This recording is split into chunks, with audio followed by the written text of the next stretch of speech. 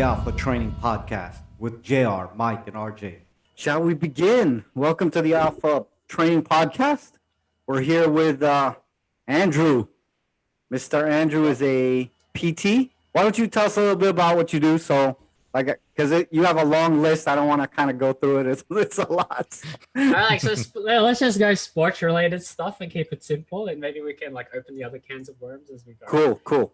Yeah, but sports-related stuff, I'm most known for pain therapy and altering people's rehab and conditioning and strength and training programs so that they can get better function out of their training and maximizing their training. So if you have aches and pains, but you need to follow through with whatever training program you have, I sort of find a way that we can sort of keep you on track with your training and minimizing your pain at the same time, because a lot of people have to take complete breaks and stuff. So I end up having a lot of competitive athletes that you have 1 month to competition, but you sort of have this injury, right? But you still need to compete. So I sort of find a way for them to get that done.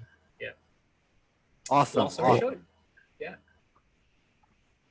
Cool. So I know you're doing a little bit of training yourself. How's that been going through COVID? Actually, I've found it personally very difficult, because before COVID, a lot of my training that I got was from training clients, right? Because you show them how to do it, and in that process you get a lot of training. But because of COVID, I haven't been able to get that done. So my body actually regressed heaps. I lost a lot of function, lost a lot of strength. So after it's been how long for COVID now? Over a year, right?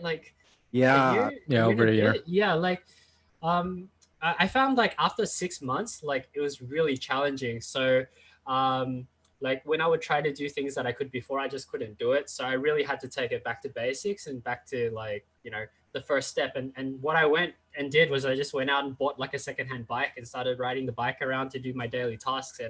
And that's how I got started again, because everything was just so difficult and I needed to do something to stay motivated. Yeah. Right.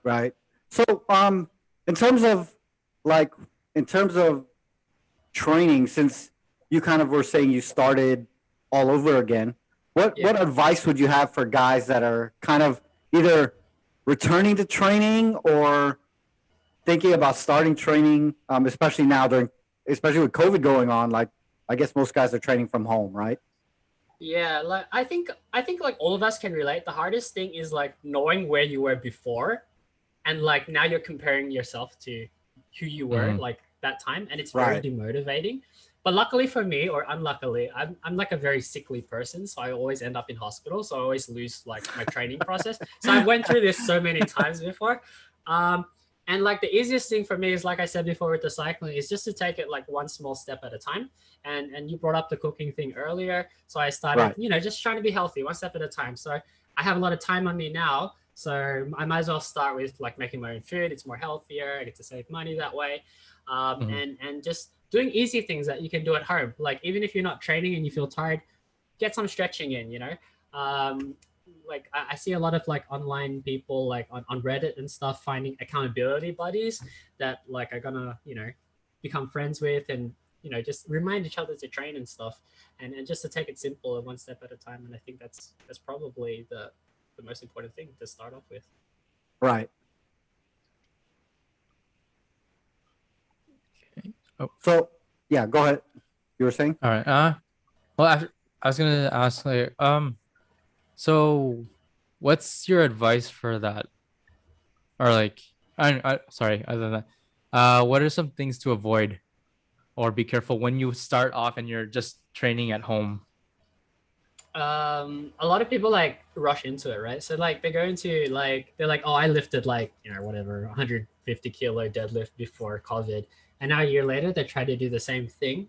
So it's very easy to sort of jump the gun and push into it, but you have to remember that it only takes about a week of no training before you start losing your strength and stuff already. It doesn't take very long. So imagine 6 months time how much you've regressed. So it's important to go back to the beginning, and a lot of people rush that, and it's one of the reasons I sort of don't like some training programs that don't have warm-ups with just empty barbell and all this kind of stuff. They just start off with the weight they did the previous week. I think it's always good to start off with the barbell again and build up and see where you're at week by week to see where your Right. level is, and then just build up again from scratch. And yeah, it doesn't take that long to get back to where you were, so better not rush it, or you end up in my clinic, and that's not fun. Right. Yeah. What about you guys? Like, Well, yeah. So I've been cycling on and off since February.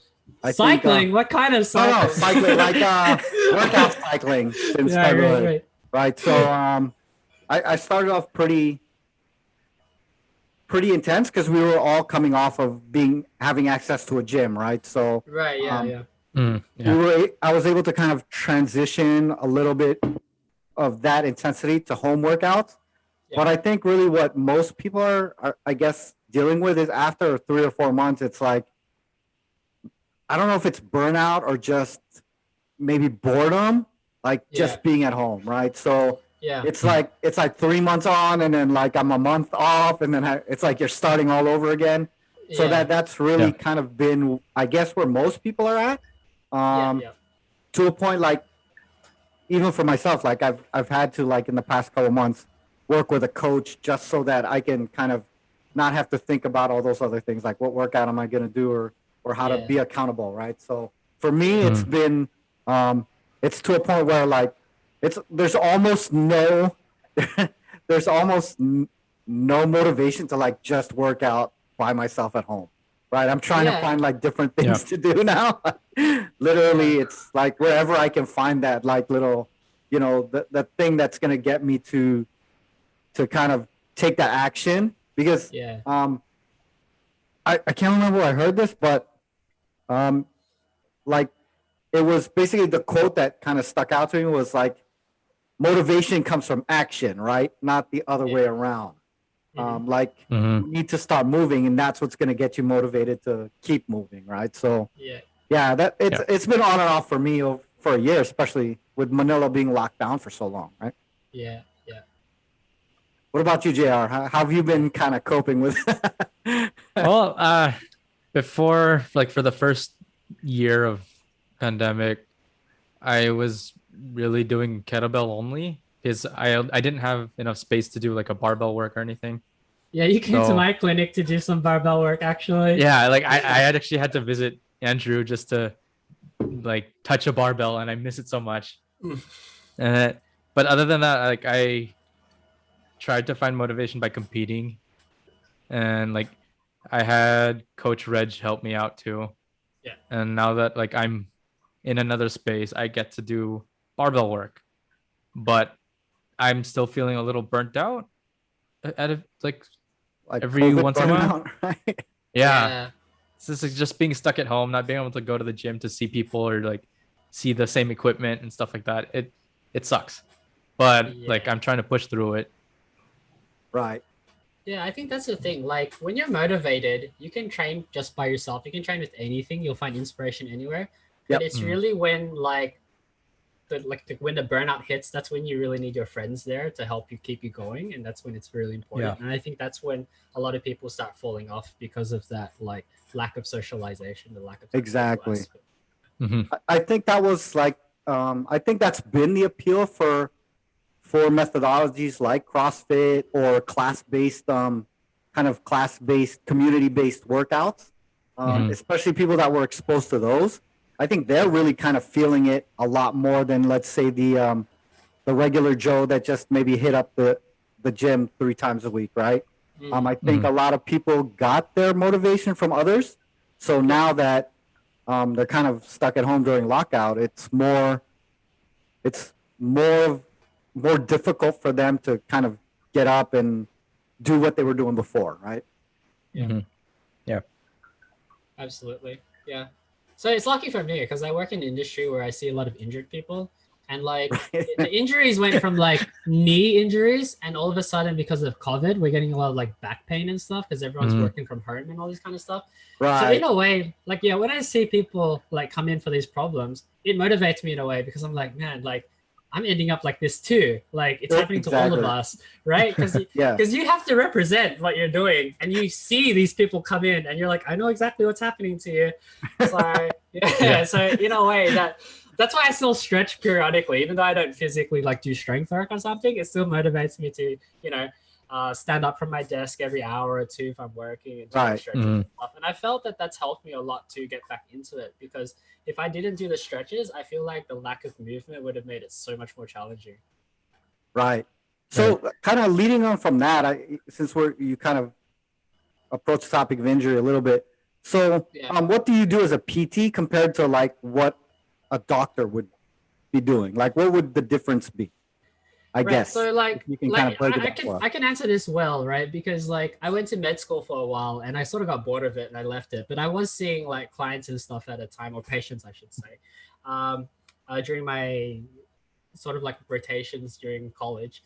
And the difference is like doctors are like primary care. So their primary focus is to just get you enough function that you can function okay doing day-to-day tasks. Right. But their job, unless it's like a specific sports doctor or something, is not to get you performing at your best. Okay. So that's the difference. No, so you can come in and they'll just help you fix your pain, so you'll be able to go to work, do your office job and stuff. But if you want to like lift weights again, or you want to be physical and you want to go beyond that, that's where the sort of limit of their knowledge sort of ends. And then so you need a PT to help you with the rest of that stuff. So they're going to rehab and help you move better. So not only do you just go to the office now, but you go to the office better and you can work out better, you walk better. They're going to help you, So a doctor might limit the pain, but not completely take the pain away, because it's actually not their job. Like their job is just to make sure that you're healthy, but not function at your best necessarily. But a PT sort of uses more generally less invasive methods, so more natural movement-based stretching and other types of modalities to help you function and perform better, essentially speaking. Yeah, and it depends on the type of PT or occupational therapist or therapy in general. There's all types of specialties, and they will help you sort of with the more end goal kind of thing. So once you're done with the doctor, they'll generally prescribe you to go off to the PT to finish the rest of the program. So they'll handle the rest of it. Yeah. Right. So how would you kind of categorize when you should go to each one of those? I mean, obviously, the PT, if you've already come from your doctor, will help you with rehab things, right? But how do you know or let's put it this way, injury versus pain, right? How would you differentiate when you can kind of just maybe head to your PT and get something worked on, as opposed to maybe this is something a little bit more serious and might need a little bit heavier treatment? So it's actually interesting because theoretically in Australia, this is how it's done, and theoretically the same thing should be in the Philippines, but it's just not the case here. But legally it is. PTs and doctors are actually the same rank in terms of their ability to determine illnesses. Right. So if it's a musculoskeletal injury, it actually doesn't matter if you go to a doctor or a PT. Yeah, because the PT, if they find that it's something beyond their knowledge, will tell you to go to a doctor anyway. And the doctor will tell you to go to the PT. So theoretically, the end point that you're going to get to is going to be the same. But unfortunately, in the Philippines, generally the theoretical process is you go to a doctor first, and then they're going to prescribe you to a PT. And that's how things are generally done here, because there's a lot of limitations imposed on how PTs work. And in terms of training, not all PTs will be able to help you for all the illnesses and all the problems that you're going to have. So generally speaking, the recommendation I give to people is if the pain, if you want to be safe, it's always better to go to a doctor, because generally what they're going to do is look at your x-rays and stuff. Most PTs here generally don't have as much this is applicable to the Philippines, not in other places, as much radiology experience. They're not going to be able to check other things also. So a doctor is going to be able to rule out, you might have knee pain, but there might be a lot of causes for it. It might be, outside of musculoskeletal things, it might be rare other conditions. You might have like a tumor there, for instance. It's a possibility, and that can give you pain, and a doctor will be able to rule that out.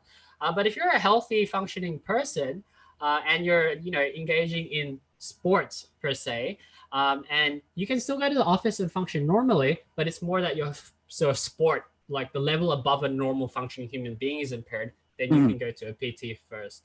Okay. Whereas if it's the function of like you're failing to function as a normal human being, then that's generally, go to a doctor. But Right. a good medical professional will point you to the right direction, regardless if they're a PT or a doctor. Yeah. Right. So basically, if you're in some sort of pain but functioning, either one probably will be able to help you. Yeah, either one will probably be able to help you. Yeah. Great. Because it's important to note that like a lot of people want to get radiology, MRIs, X-rays, and all this kind of stuff. And the big distinguishing factor that an X-ray MRI is going to tell you for most musculoskeletal injuries is if you need surgery or not. Okay. That's what it's going to tell you, if there's enough damage that you need surgery or not. And so the next question is, if the doctor tells you to get surgery, are you going to get surgery or are you not going to get surgery? And if the answer to both of those questions is no, then PT is going to be your end road anyway. Right. Because regardless if you get surgery or you don't get surgery, you got to do PT and you got to rehab it. And a lot of research and a lot of therapy these days is trending towards the more conservative side. So we're seeing less and less surgeries, and we're seeing more and more rehab. And we're seeing like a lot of NBA stars these days don't even have an ACL like reconstructed. They just have a broken ACL and they just did rehab and they just strengthened the muscles and their function is fine and they're still dunking on people and stuff and they're doing fine. And so we're seeing like this trend towards just conservative treatment. And if that doesn't work, like all you did was exercise, which is healthy for you anyway, then you can maybe consider cutting yourself open, which is, carries inherent risks. But either way, exercise is important for you and rehab is always important for you, regardless if you get surgery or not. So, yeah. Right. So go ahead. Sorry. Sorry. Hi. Other than like athletes, for people like general population, how can it improve their daily life by going to a PT? Well, it depends on the PT. But in general, per se, like a lot of people, big example, work at office jobs. And a lot of people, pretty much everyone has tight muscles and stiffness around the neck and the trap area. Like that's, especially now, I'm sure everyone watching this at home is probably slouching over right now. And as I said that, everyone just sat up straight. Right. They'll be able to have a look at how your muscles are functioning. And they'll be able to give you advice and different exercises and stretches that you can do to not only fix your pain, but even if you don't have pain, to help you functioning longer. Because when you're younger, 20s, 30s, maybe even 40s, you're not going to feel pain, but the problem really creeps in as you get older and older. And for women, for instance, it creeps in generally during menopause. Where the hormones change and then the bone density changes and all this kind of stuff. Right. And that's when the problems really set in. So if you have a good foundation before it kicks in, it just prolongs your quality of life. Like you want to be 70, 80 and still be able to walk. You don't want to be stuck in a wheelchair by the time you're 60 or 70. So the younger you are, the easier it is to develop these foundations, to live longer and more healthy. And it's going to save a lot of pain and trouble in the future. Yeah. Cool. Yeah. It's good to know. Absolutely. The trend now is towards prehab as much as possible. Prevention of injury before the injury happens. Yeah. Right. Yeah. It's really, it's good that, that's one of the good things that's came out of COVID, I find, because there's so much content that's been produced online. And so the quality of content has gotten so good over the course of the year. Like it's so competitive for online content. So the information out there is really, really good now. So yeah. So talking about online, like obviously, like you said, with COVID, people have been kind of searching for like, let's just say people are kind of ending up self-diagnosing. Do you suggest like going to see somebody first, at least just to get kind of a general picture, and then maybe try to continue going onwards? Do you find that a lot of people are just waiting till it's too late? Like, okay, something's already happened before coming to see you. Yeah, so like if you know basic first aid, then it's probably okay, because like I'm assuming it's a musculoskeletal injury. Generally, what you're going to do for the first week is, ice it and stuff. There's not much that you're going to do anyway, unless it's like a complete bone fracture or like a huge sprain. But if you know basic first aid, the process is the same. You're going to bandage it up and all that kind of stuff anyway. If you went to a doctor's office, they're going to do the exact same thing. Right. And so what you're going to do for the first, maybe 2 to 4 days is observe it. and see how it goes for the next 2 to 4 days, maybe Yeah. up to a week. And then after that, that's when you would Kind of make the see, decision. yeah, you'd say like Yeah. usually, if the injury is minor, give it a week and it should have regressed immensely already, Right. and you should be able to function again. But if you can't function after a week, and you're still limping around, you should probably see a professional. And that's if you have first aid knowledge, which unfortunately it's not very common in the Philippines for like people to take first aid courses Yeah, and yeah. have basic medical knowledge. So I would recommend in the Philippines, like I'm assuming a lot of people that watch this aren't involved in like health as much as we are and stuff. A lot of people are just average, more regular people. You should seek some Right. advice. Mm. Consultations for general basic stuff like that isn't very expensive, and I'm sure that there's a lot of PTs and doctors out there willing to give you an online consult and give you some advice on that for not very much at all. And you can help them because a lot of them are struggling to find work at the moment too. So yeah, there's a lot of online groups for that kind of stuff that you can post in all that Just don't try to self-diagnose too much. If after a day or two it hasn't gotten any better, it might make sense to try to reach out to somebody. exactly. Yeah, exactly. Yeah. Yeah. And make sure that if it's an acute injury, you should be icing it and doing all that kind of stuff. So it's rice. I know Filipinos love their rice. So RICE, rest, ice, compression, elevation. Yep. Just remember that, and if you don't remember it, Google, print it out on a poster and leave it somewhere. Very, very important to have, and very, very good knowledge if you guys are training out there. Because I see so many people hot compressing fresh injuries. Do not do that. Fresh acute injuries are swollen, so if you can hot compress it, you're going to make it more swollen. The more swelling that you have, the more scar tissue deposition that you're going to have, and the longer the recovery process is going to be. That's why you take anti-inflammatory medications when you first get injuries. It's to prevent the swelling, and it helps the recovery process for a lot of injuries. So ice for the first 24 to 48 hours if it's a fresh injury that's swollen. Yep. Awesome. So I guess moving on from the general public, like how have you seen have you been seeing more athletes as COVID's happened, or are they kind of or is it just a shift in the type of injuries they're receiving now, or the type of pain that they're having now? Well, overall, of course, the number of clientele has decreased. Like that's a given because of yeah. COVID, right? Yeah. But interestingly enough, in the past month, I've been getting more of, if we're just talking about ratios, the ratio is probably approaching what it used to be before. So, maybe like 60-70% athletes, 30-40% normal general population is probably reapproaching that. And that's probably because I think athletes have just reached a point where like, I can sort of rest for a year, but now they really want to get back into the game. Yeah. I think it's too much. Yeah. So that's why there's more and more athletes coming back. And the problems are different. It's more like how do they get back into it, like you said before, right. rather than like actual injuries that they have. Yeah. But if you were to ask me like a month or two ago, it would definitely be more gen pop with like just general back pains and all that kind of stuff from sitting around too much. Yeah. No one being able to kind of cue their form or work on their technique at home, I guess. Yeah, it's hard. Like, and just sitting around at home, like not being able to walk in general is very unhealthy for you. It's just going to screw you up. So if now even more than before, you have to do stretches and rehab even more than you did previously, because walking and moving about is naturally a rehabilitative process for you because you're doing a lot of stuff. Yeah. So now it's very important that people sort of need to like, it's very deceptive. You think that you're not moving, so you're not going to get injured, but like sitting around is more injurious than moving around and doing stuff. So like pretty bad at the moment.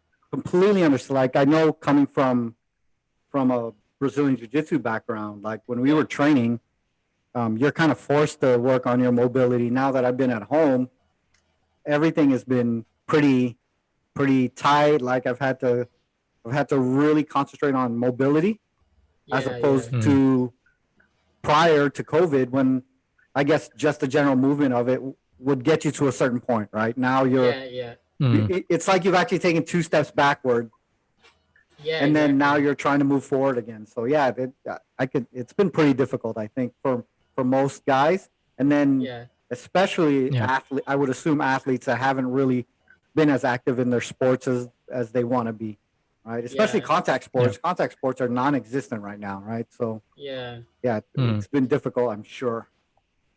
Yeah, and like it's interesting to think about like how like other countries that have handled COVID better or something, like their athletes are gonna just like destroy all the other athletes because there are Right. countries that haven't had been able to do it. Like you guys, we just can't train. Like how are we gonna compete, right? Compared to like other Yeah, places. that's funny because because they're still doing the Olympics this year, right? I think they're supposed to be They doing. are? Apparently, Yeah, they're doing they Tokyo delayed it by 1 2021. year. Yeah. What? So what's And gonna happen? Like to the countries that can't afford like private training facilities and stuff right, like or, that. or like creating these bubbles where the athletes don't have to leave like Mm, this right. certain Yeah. area. Right? Yeah, like how did that screw things up? Like it's interesting to see. Like maybe the results are just gonna be all over the place this year. Like Yeah, I think you're probably gonna see a bunch of guys that you didn't expect, like yeah, at least making final events, right? Mm. yeah. And Yeah, you're gonna see like maybe some like top seed picks just like bailing out early just because they Right. couldn't get a proper Yeah. training. Or Right. maybe not even showing up this year, right? Yeah. Oh, because Yeah. of restrictions too. Yeah, exactly. That's true. That's true. Like it's hard to get visas to exit the Like country. especially now, like with the new variants of COVID coming out, right? Like you've got Yeah, definitely. like England that's on lockdown again. Yeah. Mhm. Excuse me. Yeah, England that's on lockdown, and then the U.S. looks like they might be heading towards another one. So it's like, Mm. really, how are you gonna? Aside from the countries that have handled it well, like you're still looking at maybe 3 or 4 or 5 of the top countries that might be sketchy heading into like the Yeah. Summer Olympics, right? Yeah. Yeah, it's crazy. Like they didn't even bother change. Like I think they're still calling it Tokyo 2020. Yeah. They're still calling it 2020. Just like This 2020 delayed. didn't happen. Yeah. Right? They're like Yeah. they're just gonna disregard last year. I don't want to spend another like $10 billion trying to rebrand this thing. Yeah, Yeah. we're just gonna keep it. Yeah. Like all the T-shirts are made already, so Yeah, we're done. Everything's here. Yeah. We're just gonna keep Like- it going. Another example is last year's World's Strongest Man. Maybe Right. like 6 out of the 15 athletes couldn't go because of flight restrictions, and it's probably gonna be the same thing this year too. Dude, like I'm Australian, right? I can't even go back to my own country without requesting a letter from the embassy. And then when I get there, I have to get isolated in a hotel and I have to pay $3,500. right. They Yeah. don't pay it for you. No, apparently they were at the start, but after that, it was losing too much money, so they couldn't do it anymore. So now you have to pay. So now I'm just like, I don't want to go back anymore. I don't want to fork out $3,500 and stay in a hotel for 2 weeks. Like, Right. rather just stay here. Like $3,500, I can eat for like a really long time. Like I'm good here. I'm just gonna It's- wait till this thing dies down. It's pretty crazy because I think like even in Australia, like a friend of mine that has a jiu-jitsu academy down there, Yeah. was saying their area just went on lockdown again like a day ago. They're So super strict in Australia. Like, yeah, Like Mm. my friend was telling Yeah. me that like, oh, we had like 2 cases in Sydney, so like the state's on lockdown. How many cases do you have in the What? Philippines? And I was like, a few 100,000. Like, they're like a and he's- 2,000 a day. yeah, and he's like, what? And I was like, yeah, like so Australia is ultra strict with that stuff. Right. Yeah. And we're fortunate that we're surrounded by water, so it's easy for them to isolate themselves. Right. Comparatively. Theoretically, the Philippines should be easy to isolate too, but everything's done with paper and not electronics. So, yeah. Plus everything moves like probably 20 times as slow as one of our first world Yeah. countries. So I mean, Yeah, people aren't gonna listen here, even if you restrict them, right? So, it's sort of tough, but Yeah, it is what it is. So what do you think the new normal is gonna look like? Like, what do you think? Let's say we kind of move forward and we kind of can in some way get COVID under control. So What do you it's think funny like the because- first year is gonna look like when that happens? So it's funny because like my actual main degree is in microbiology and immunology, right?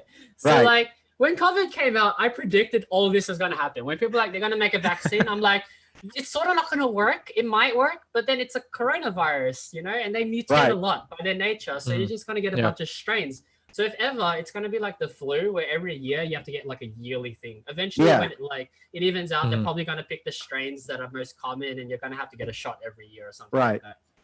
And Yeah. and it might be possible that we just have to deal with the fact that every year there's just going to be people that die from it. No, and I Right.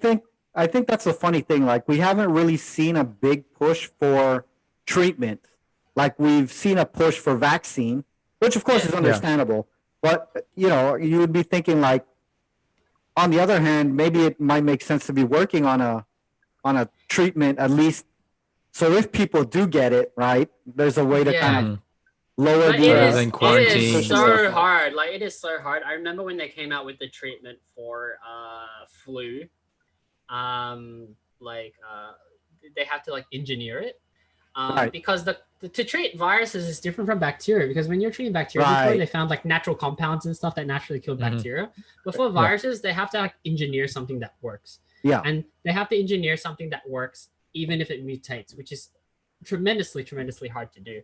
And Right. it's one of the reasons why like stuff like HIV, we haven't really found like that like treatments to, and we've been studying that for like decades and decades. Mhm. Yeah. And I think it's like a similar thing. Like maybe one day we'll be able to find something, but Right. but I'm sure there are research groups out there that are looking forward to it. But like the common cold is a coronavirus, right? And we have not found a Right. cure for it. It's been there Yeah. for No, yeah, forever. exactly. I Yeah. think what a lot has been made of vaccines and treatments, but nobody's really been talking about just getting healthier in general, right? I think Yeah, it's been kind of glossed over. Like everyone is trying to look for kind of like the shortcut. Like when you get a cold, it's grab a Z pack or drink your vitamin C Yeah. or whatever. yeah, Yeah. yeah. I think it's at a point now where like people kind of have to realize that you don't have to be super fit, but I think you have to be really concerned about just getting your body in a good Yeah. balance, right? Yeah, because I think it's reached a point where it's like the coronavirus is not going to be eradicated. Like, Right. there's no way that you're going to isolate everyone. It's going to be there in the community somewhere. Yeah. So Right. the thing that I'm thinking is like countries like Australia where it's so isolated, right? But COVID is like still going to be prevalent throughout the rest of the world. Like, how are Right. they going to continually deal with these outbreaks that are going to happen time and time again? Mhm. Obviously, when the world goes Right. back to normal. Whereas countries, for instance, here in the Philippines, where it's less regulated, more people have had infection to it, so the population is going to be more resistant to it. Right. Maybe not now, but maybe Mm. like decades and decades into Right, the future, right. something like that. Right. So then, like, what's going to happen with that? It's like the population going to be naturally more resistant to it, as opposed to other countries that have better like lockdown protocols. So in a weird way, that's sort of how evolution works, right? Like survival of the fittest kind of thing. Like it's interesting to see like what's going to happen, because no one exactly really knows precisely how it's going to happen right now. Yeah. But yeah, it's just really interesting to take note of. And it might be even a thing where like the Philippines, because of the fact that so many people got infected, that the virus can't transmit properly anymore because the Right. population is resistant to it. And so because of that, it ends up being like the first one to like really get over it in the long term. Like it's a possibility. So Like- it's like unintentional herd immunity. Yeah, like that's how it works, right? Like before the age of medicine, herd immunity happened where all the people that infected died off, the rest were Right, immune. exactly. And then like that's it, right? So it's interesting that like that's a possibility. Like depends on the vaccines and how they work too, and the virus course. mutates and stuff. Mhm. Yeah. But the infection plus the immunization that's coming out hopefully should provide a lot of herd immunity, which Right. I'm hoping that's what's going to happen here.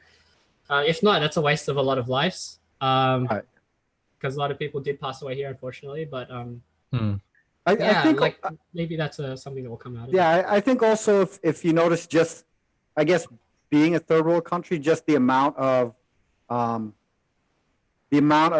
like pathogens and things your body is kind of exposed to on a daily basis, I think maybe there's a more of a natural immunity, not an immunity, but a natural response, like a better response to the coronavirus than maybe, I guess, a less acclimated population, right? I think Mm. I don't know if that makes yeah. sense. If you're kind of All getting, right, you know what I'm saying? I mean, there is probably maybe not theoretically some cross reactivity between like a common cold coronavirus Right. and the COVID coronavirus. Mm. There might be like a very small amount of Yeah. cross reactivity, and if your population has been exposed to more coronavirus, then it is possible. I don't know if there's been any research on the cross reactivity. I should Google that. I will Google that right now and get back to you guys. And look, yeah, but it is theoretically possible. You like Right, just I don't the really amount, know. just the amount of things like Yeah, it Filipinos are might be. exposed to, right? It Like might be. your Yeah, body's the just smog and naturally the air stronger pollution. reacting to those things, right? Yeah, it might be. It might not be. I mean, it could be like because like we said before, how it works and how evolution sort of works is if you've been infected to things and you die, the next generation becomes more resistant to it. Right, Mm. right. So it's Right. possible that that I doubt there's been any research done on it, but No, you know, I yeah. mean it's possible. It might not be the case, but I guess like it's a We're just spitballing here. Don't anyone take this Yeah, like- take this too seriously. Yeah. all right? Don't cite us. like we're saved now because we're no. So yeah, it's just funny. Like I think how that part of the equation, the boosting your immunity, getting healthier, has been kind of the least talked about in terms of overall population and COVID, right? It's Yeah. a lot of it has just been vaccine, and I think there is some research about how if your immune system is in better health, you're less likely to be hospitalized, obviously, right? Oh yeah. Like, and a simple way to put it, like, where does the virus infect? It infects mostly your lungs, right? Right. And then so a lot of people die from Mhm. respiratory failure or all that kind of stuff.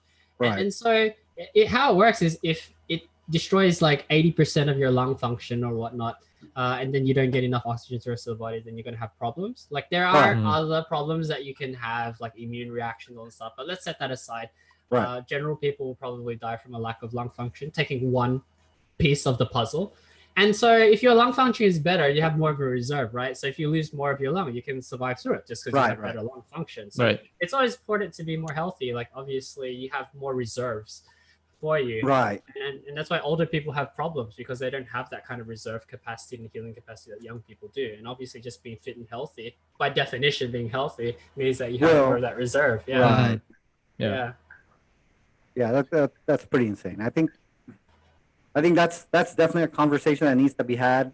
When we start getting to that new normal, where Yeah. people are starting to gather basically in large numbers. I think because I think like you were saying, there's no getting around. Coronavirus will be around pretty much Yeah. forever, right? So Yeah. It's Mm. going to now be it's like a really- seasonal flu probably. right. Yeah. So I think now it's really just, let's get back in the right direction. Talk about getting healthy. Talk about, staying fit. Yeah. Mhm. Getting proper nutrition. I think that's especially in the Philippines where we're very, I guess, like other Asian countries, we're very kind of carb based, right? In terms of rice. Mhm. So getting a little bit more variety, veggies, things like that in your daily intake, right? So Yeah. I think Yeah. there's so many things that are important: nutrition, health, fitness. Again, getting out every day. Like we know a lot of Filipinos like to stay indoors because it's Yeah. because they don't want to get dark or they don't, it's too hot outside. But we're seeing now that Mhm. things like being outside is very beneficial to your health, right? Getting direct Yeah. sunlight. Now it's funny because I did find some information online based on what you said before that there is some potentially some cross reactivity between the normal common cold and it's been Right. linked with less severe infection of Right. of COVID. So Mhm. you still get it, but it's less severe because your Yeah, body sort of remembers yeah, it a little yeah. bit. Like Yeah. like maybe it's not like comparing, for instance, a Filipino with a Filipino, but a Filipino with an Asian. So your body still like can sort Right. of sense it that there's Yeah. some Mm. relationship. so Yeah. you can deal with it like more effectively. So it's interesting. Yeah. Yeah, I mean, So I mean you that, might be right in that. You know, if a lot of people in the Philippines get common colds, then they might have less Right. severe COVID reactions because No, they've I just been mean- exposed to it so much. again, I guess, being exposed to so many things, I guess your body is just more tuned in terms of like autoimmune response, right? So maybe Yeah, it's- maybe there is a crossover there. I mean, I don't know. Yeah, like it's definitely possible. But- You know, if part of your body is used more, it just reacts faster. Right. So if it's exposed to not COVID but coronaviruses frequently, then Right. it can Right. provide immune reactions against it. Interesting. But that comes at a cost of being sick all the time from a normal common cold. So like, you know, trade off. Like, There is a trade off, but it's a long-term trade off. Right? yeah, it's a long-term trade-off. Right? So, Anyway, but so yeah, that was kind of a pretty far tangent we took there with the Segue. coronavirus. COVID segue. Yeah, so now back to general PT stuff. Yeah, okay, back to normal stuff. Yeah, so have you been seeing any new like interesting protocols like in terms of prehab or rehab that have been coming down the pipeline? I mean, obviously everyone now knows about like needling, cupping. I see a lot of people doing it, but like I don't understand the concept of like the process why they do it. Because like a lot of people when they train it, they're like cupping is the best, just do cupping. That's how they market their course, right? Right, And then of course, needling's of the course. best, do Yeah. needling. But they don't really understand the concepts behind Yeah. it and stuff. And because I come from an immunology background, I sort of understand what's happening inside to a certain extent. Right. So like I know where to place things and which one to pick. But unfortunately, a lot of PTs out there that, you know, it's not really typical. And let's be honest, most medical professionals that study hate immunology. It's like one of the worst subjects in healthcare. Like it just doesn't make sense. It's just Right. complicated. It's hard to decide what's better than the other, right? Right. But in terms of protocol, I think that the general trend has been towards being more exercise centric, more movement based centric. Right. It's the general trend has been moving away from passive stuff and using machines and all this kind of stuff to do it. It's just it's been more about restoring function and doing more prehab. And I think that's the general trend that it's been. And especially for COVID, where I think that's sort of like added to that because a lot of people can't get treatments from home and all this kind of stuff. That's the only thing that they can sort of rely on also. Right. And honestly, it gets the best results long term. Like, you know, a lot of modalities will work for different periods of time, but really they're adjunct. So you always want to prescribe exercises with it. Like if you have a pain in your hip from the way that you run, I can fix the pain in your hip. But if you're going to run again, you're going to get the problem again because the problem is the way that you run, right? So if you do exercises to fix the way that you run, then that's your long-term solution. And so the general theme has been going towards that.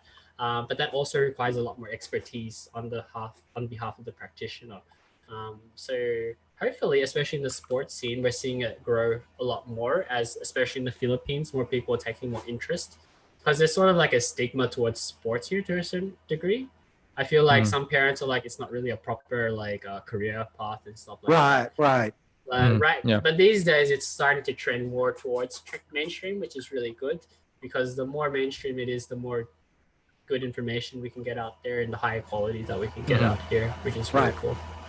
That's kind of weird that you mentioned like there's a lot of parents haven't looked at sports as a I guess a viable career. Yeah, they look at it like a pastime. Like you just do it for fun, but it's not a career option. Yeah. But it's funny though. Now with the growth of like esports, it basically skipped over sports. It's the only sport, right? It's the only sport during COVID. Like it's like, we have to do online now. Jokes on you. We've been doing everything online since like the 90s. So like, it's like instead of going online to find a workout or a sport, it just completely skipped over from straight to Fortnite. Yeah, right. Exactly. That's how kids make money now. So they make a ton of money. That's insane. Yeah. So Andrew, are you still working with the esports guys? I actually taught a seminar for esports a few weeks ago, and I'm in the middle of writing up a sort of like a survey research thing that we're doing. Yeah. Mhm. So I still work with esports. So the background for that is before I was like the personal development health coach for Team Liab, one of the esports organizations in the Right. Philippines. And Mhm. I used to train a lot of their players and help them with their problems, help with team dynamics and all that kind of stuff. But during COVID, I helped teach a lot of esports players. Like they have classes they actually have to attend. It's getting quite serious. Really? Yeah, so Hmm. I had to Really? teach them like how to perform better, how to get better team dynamics because it's the team sport. Because now that there's a lot of money involved, all of Right. a sudden you have to be good and you have to have Right. structure Yeah. in the way that you play. Right. And it's very very intense now. And so I teach classes on how they can formulate their thoughts better, how they can formulate their training better, and how they can even set up their desks better because they train for like 12 hours a day, 14 hours a day, so you have a Right. computer all the time and they get all kinds of back pains and stuff. So we talked to them about that, and I actually did a survey with them to work out how many people have pain and and how their computer setup is and all this kind of stuff and how much exercise they get. And it's interesting because you would think that having exercise sort of curbs having pain. For normal people it does. Doing Right. exercise helps with pain, but for esports people, or not even in esports, for general gamers that play a lot of games, it's not enough. It just doesn't work. It makes no difference at all. Just sitting at the desk for that Wow. amount of time. So Yeah. like the hypothesis right now while I'm crunching through the data is like after X amount of hours of sitting, it's just too much, and it just Right. like there's like a horizon level where like your body will just be in pain unless you like Right. you take a break from it or something like that. Yeah. It's just too much for your body to handle, and we're finding really interesting things like the only thing that matters is like the height of your chair so far Really? for like gamers. Like nothing else matters, like the monitor height or something hasn't. Like I had like a data sample size of over 100 people, and Right.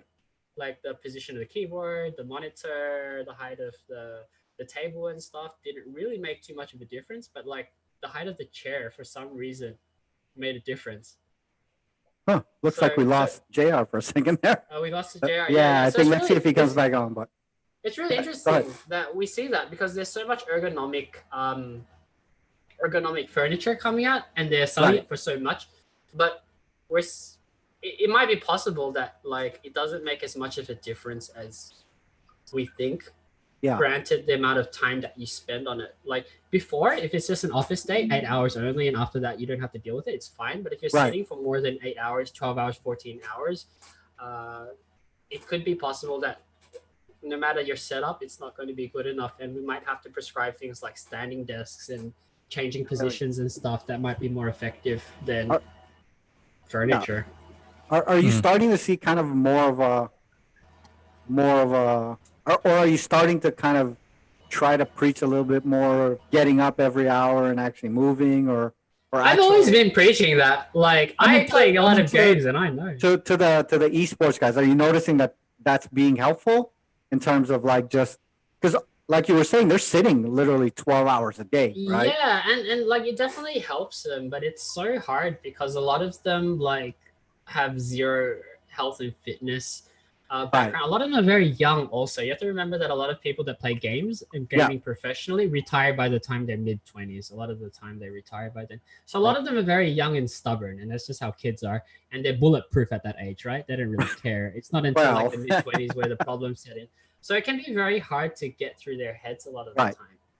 Yeah, it's unfortunate, but we're working on it, and hopefully, as more data comes out and we get better Right. knowledge regarding it, and it's really a community thing, and the Right. leaders in the community start preaching it more and more, and we start seeing it in like pretty much if the professionals do it, everyone will catch on. Right. So we're seeing like some of the bigger esports teams in the world have like fitness trainers and like Right. in-house diet chefs and stuff. Yeah. Yeah. And as that goes more mainstream, then hopefully everyone Right. else will catch on and follow. Yeah, I think for me it's kind of scary because like they're starting so young now, like on devices, right? So Yeah, at I a think time so. when like when we were 7, 6, we were outside playing, right? A bike is the first thing you got. Everyone Right. got a bike. Exactly. For sure. Right. Then you started with the training wheels, then you lost the training wheels, right? Yeah, right. Yeah, it's funny now because obviously, like with accessibility to these devices now, right?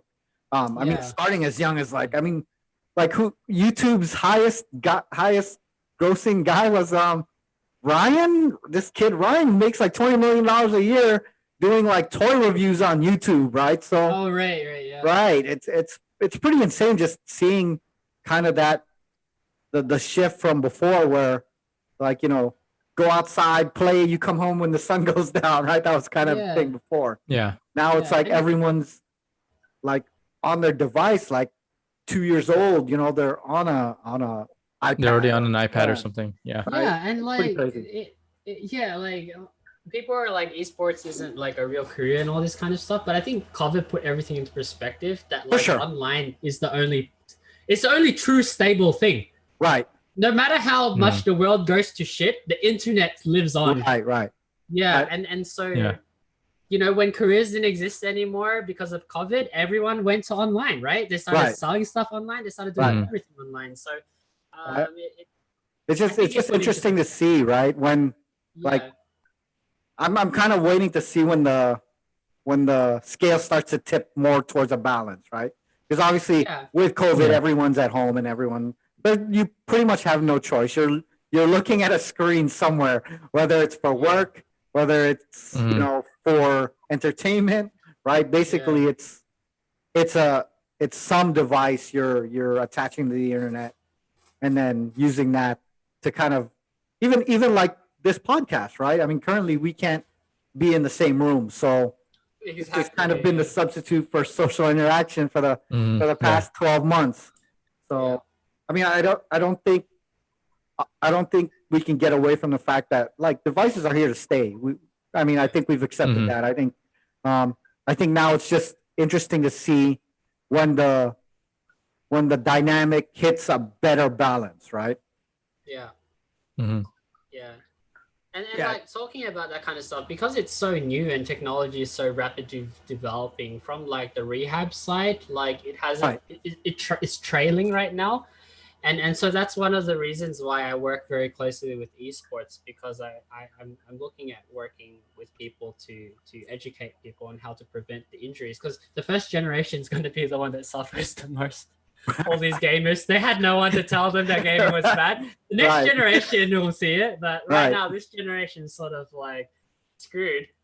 Like this So- generation is gonna feel it at 40, right? Yeah, These 18-year-olds generation- right now are gonna at 40 they're gonna be like arthritis Yeah. kicked in pretty early. yeah, they're gonna get that lower back pain. Right. They're not gonna be able to move their hips properly. Right. So, yeah, it's unfortunate that it is probably unavoidable with that generation at the pace things are going. Right. But as long as like we on our end of health and fitness push exercise out, hopefully we can Right. I think at least we're seeing now even if you're looking at social media in general, you're noticing a lot of there's a lot of growth in the kind of fitness sector, right? A lot of people are putting out videos. So hopefully at least from that perspective, there's more access, even if you're at home. Right. Yeah. So Right. yeah. So let's kind of try to take it back a little bit to the PT thing. Like I've been noticing there's also been this trend where people are, I guess, again, being at home, starting to invest in just random recovery tools, if you could call them that. Things like the Theragun, then things like electronic stimulus. electronic sim, like tents, like the cheap tensors and stuff like that. Yeah. So as a PT, do you think that's kind of the right direction to be? I mean, obviously, anything that's going to help you recover is great. But obviously, there's also kind of a learning curve, right? When it comes to absolutely. Like so like just to clarify, I'm not a PT, so Yeah. like I coordinate because I have like the broadest like information and knowledge base, so Right. I can coordinate between the different professions. So I help Right. design the protocols for the different professionals Exactly, that work yeah. for the company, right? Yeah. And a part of designing the protocols and stuff is I have to look at all the equipment like before we make a purchase to say Right. like where are we going to use this, what are we going to use this for, etc., Right. etc., etc. And so the Theragun, I would say in 100 cases I've used it and it's been useful in 3 cases, maybe 2 cases, a very small percentage. I'll actually use it for benefit. For other people, if you want to use it to help with your pain, then go ahead. But talking about the Theragun in particular, how it works is the pain signals fire at a frequency that is less than the pounding of the Theragun. The pounding of the Theragun fires at 50 hertz, so 50 times per second.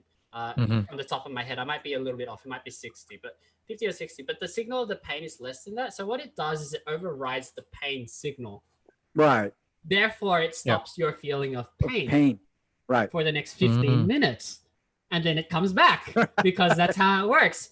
Yeah. Right. But other stuff that it can do is it gives you a general massage. So you think about it as a basic massage plus desensitizing the pain for the next 15 minutes or something like that. So it works for sports stars because they just have to play the next quarter. So 15 minutes of pain desensitization works amazingly well. That's why you see it in the NBA and all this kind of stuff. Right. But for the general person, it might not be as effective as just doing some basic stretches and some basic warm-ups.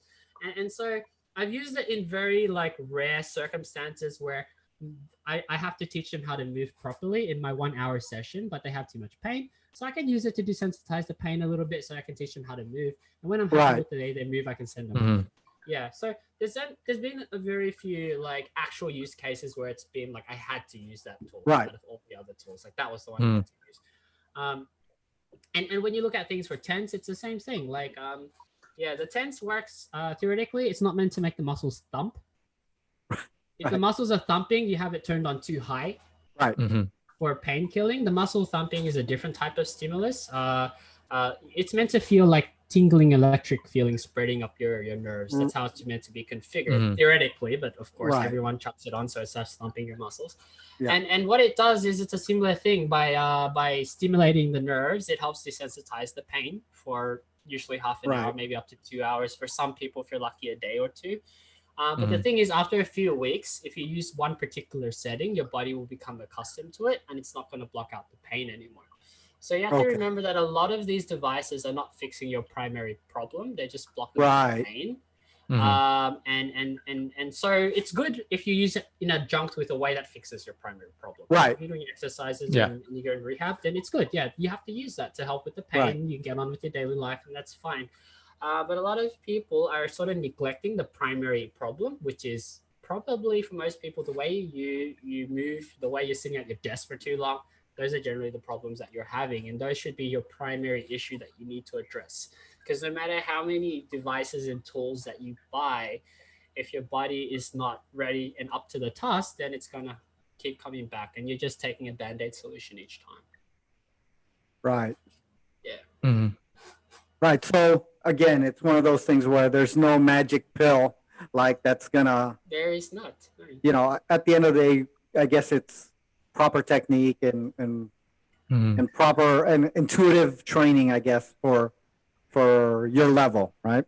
Yeah, and that's for the normal person. Like, for stroke and all these kinds of other issues that we deal with, we have to use as much assistance as we can get, right? And the reason that we use the assistance is we want to get the person that has stroke the ability to move. Once they have the ability to move again, their problems magically start resolving a lot better. Right, but for a normal person, you can already move. So why not just move? Because that's gonna be the way you resolve your problems. Yeah. Right. There's no magic take the soreness away tool that's gonna, Yeah, like if you really want to take the pain away, like the easy way, just crank morphine all the time. Like that's literally the easiest way to take the pain away. Like no, we are not advocating use of morphine. We are not advocating that. That was a joke. Okay, I know that some people we do not promote drug use. Inability to detect sarcasm. That was 100% Australian sarcasm. Just a disclaimer in case somebody didn't get it. So. Yeah, like your body is in a constant state of degradation, and if you don't try to fix it, your body is in constant deterioration. So you have to work on your body, and putting some electricity through you is not going to help. Yeah. your body works as a system. Your brain stimulates Right. your nerves, which Right. stimulates your muscles, and you have to work the whole pathway. If Right. you're doing tense, you're cheating the system. You're only working one part of it. The brain part's not working. So when you take it away, it's not going to Right. be developed and it's going to regress Mhm. again. So you have to work the whole system Yeah. together. So no Right. no shortcuts, ladies and gentlemen. Yeah, it's there to help you, but it's not the end.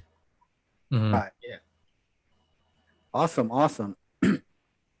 So, like in terms of kind of bringing it back to the beginning. So if you can summarize like your general philosophy for getting moving and getting healthy, how would you kind of do that in a short way, if possible? Honestly, like people like overcomplicate things, but it's just eat healthier than you did the day before Right. in terms of diet. And let's be honest, everyone knows how to eat healthier. Everyone just doesn't want to do it, but everyone knows. Like you can tell when you eat something if it's bad for you or good for you. You can tell. Right. Yeah, and exercise wise, it's just like move a little more than you did the day before. Like, it doesn't have to be lifting heavy weights and stuff. From a Right. health and fitness perspective, it's like take a walk instead of a tricycle, like it's not that hard. Like Right. walking is Yeah. so healthy for you. It's probably the most healthy exercise for you out there, walking. Exactly. It's so Just simple. just move, Yeah. right? Basically. Yeah, just It does- move. And walking Yeah. burns more fat 10,000 than steps. lifting weights and stuff like that because fat burn happens at like a lower metabolic like when you go higher than that, it doesn't actually burn the fat. Right. It's actually more resting low heart rate that you burn more fat and stuff. So, Right, so walking is actually better for you for that kind of stuff too. It's just people like get caught up with like the trends. It's like I gotta go hardcore, train hard to go home and all this kind of stuff. Right. And Right. that's just not how it works, Right. It's just just do something healthy, get your heart rate up a little bit every day. Everyone will thank you for it. Your love partner will thank you for it. You're gonna be better Right. in bed too. Like I kid you not. Like it's just gonna do good for you. Like just go out and do simple stuff. Right. It's not about being crazy or anything like that. Just go for a walk. Take the stairs instead of the elevator. 1 or 2 flights of stairs a day is like a really good start. Yeah, I mean it's definitely better, especially if you're just taking the elevator every day, right? Even that small. Exactly. Yeah. Yeah. Yeah. And I noticed that too. The problem here, like even if it's 100 meters away, people want to take a tricycle or something like that. They don't want to walk. And I find that really weird to me. Yeah. Like I get that it's hot and stuff, but it's not that much, you're only allocating, it doesn't take that much time, 15, 20 minutes a day.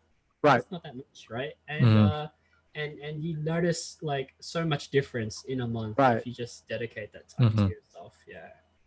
Right. I think a lot of people get caught up in like you were saying, just in this huge end goal, right? So instead of making the little steps, it's like all or nothing. Like if I can't do this, I'm not even gonna start. Yeah, like especially when I give like consultations to the esports guys, I'm like, okay, so have you had any experience in exercise? They're like, no. And I'm like, okay, so what are your goals?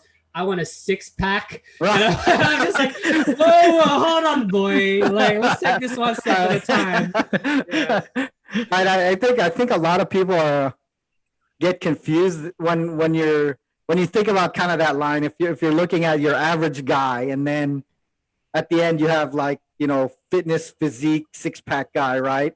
Yeah. They kind of don't understand like it's actually harder to get the last 10% than it is to get the first 90, right? Yeah. Exactly. Right. And all of a sudden they're like, just because they want that last 10%, they're not even going to do the 90 anymore. Yeah, exactly. Right. Yeah. They think there's like a shortcut just to get to the 6-pack abs. Right. Yeah. Or like if I don't eat anything and I run every day this month, like, you know what I mean? As opposed to, it might take you 6 months. Start out with like a 30-minute walk every day, right?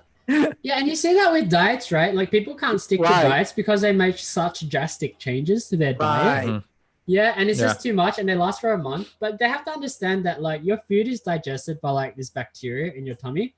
Right. And then so when you change your food, the bacteria population has to change too and takes time to adjust. So it's better to go slowly and slowly change it so that your body can learn to digest it too. Right. And it's gonna help. So yeah, it's the same thing. Like people make such big changes in such little time. Like and I think what fuels it to a lot of times is just a lack of understanding. Like, I know I've definitely coached some guys for nutrition and some guys for fitness, like with our jiu-jitsu team. And like, I think a lot of it is because like they notice, oh, okay, I start the diet today, I start working out today, but they don't understand that the first 2 weeks of it is like water weight.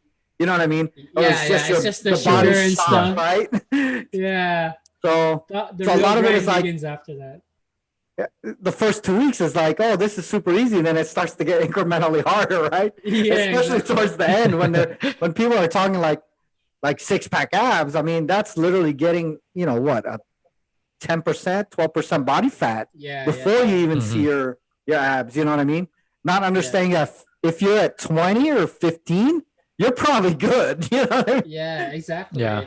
Like for me, like my problem is like I've always found it hard to put on body fat just because of how my metabolism is. I'm always like sick and stuff.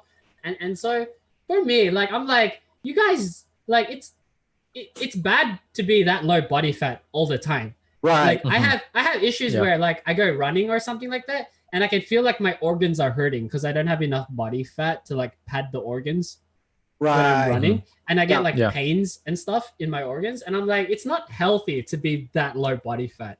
Yeah. And so I actually want to put on body fat, but like I just physically can't. And so it's very frustrating for me to think that like they think that bodybuilders are always like that. They don't know that 90% of the time they're not like that. They're not cut. Right. They just get cut for like a week or two for their competition. Then they're back to chowing down again. Like, exactly. It doesn't work like that. It's not sustainable in the long term.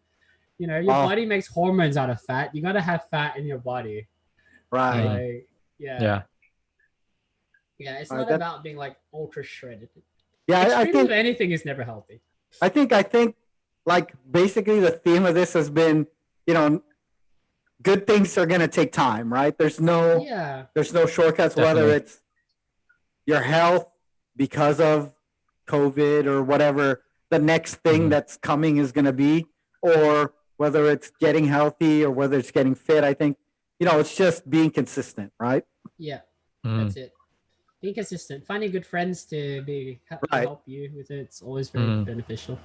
Right. Hopefully when we can get back to some sort of, socialization, some sort of normal, some new normal, gathering. I think that definitely what we kind of learned over the past year or so is gonna hopefully be better, like do us better moving forward, right? Yeah, and I think it's gonna help us like take things less for granted. There's like just basic things like going to the mall and stuff like that. Like it takes so much effort and things like things that like are very simple but were very important to us that we took for granted. And I think that it's gonna help the quality of life a lot. Right. People are just gonna look at it from a different perspective. Yeah, I think especially, I mean, just imagine if people were playing basketball. I mean, in the Philippines, which is basketball crazy. Imagine having almost zero basketball, right? I'm sure there's guys out there, doing their little basketball bubbles and whatnot, but in general, right? I mean, even even things like football, or even just going out with your crew to take a walk, right? I mean, or hang out. It's been hard, especially in Manila, which is kind of just depended on people's ability to stay locked down, right? Yeah, exactly. And if you're eating with like more than 2 people, you're sitting on separate tables. Because each table only fits 2 people sitting at diagonal. So if you got more than that, you're like. And if not, it's 2 people at a table with a plexiglass. With a barrier. Plexiglass sitting diagonally. Oh my God. Right. Awesome. Well, I think it's been a good conversation. A lot of kind of insight coming from a more, more health perspective. Geeky. I know you wanted to say geeky. Right. So, I think this is a good place to kind of wind it down, and so we don't take too much more of your time. I don't know what you have planned for today. Probably nothing, since everyone's locked down anyway. But we're hitting close to an hour, so we don't want people to start tuning out already. Yeah. Great. Anyway, so any last words, Andrew, before we end this? No. Thanks for having me. It's been a blast. If you guys like have any questions and stuff, you can where are they gonna put the questions and stuff? Are they gonna put it on the page on the podcast, and you can forward it to me or whatnot? Right. So if you guys have any questions, go ahead and write them in the comment section. We'll make sure Andrew gets them, but we'll also put Andrew's social media or contact info in the comments below, Yeah, sure. so you guys can take a look and just check the description for if you need to get worked on or have any questions for Mr. Andrew. Cheers, man. Cheers. Thanks for coming on board and spending the last hour with us. Thanks. We'll see you soon. All right. Thanks for coming. Please like, subscribe, and hit the notification bell for more episodes. This is the Alpha Training Podcast.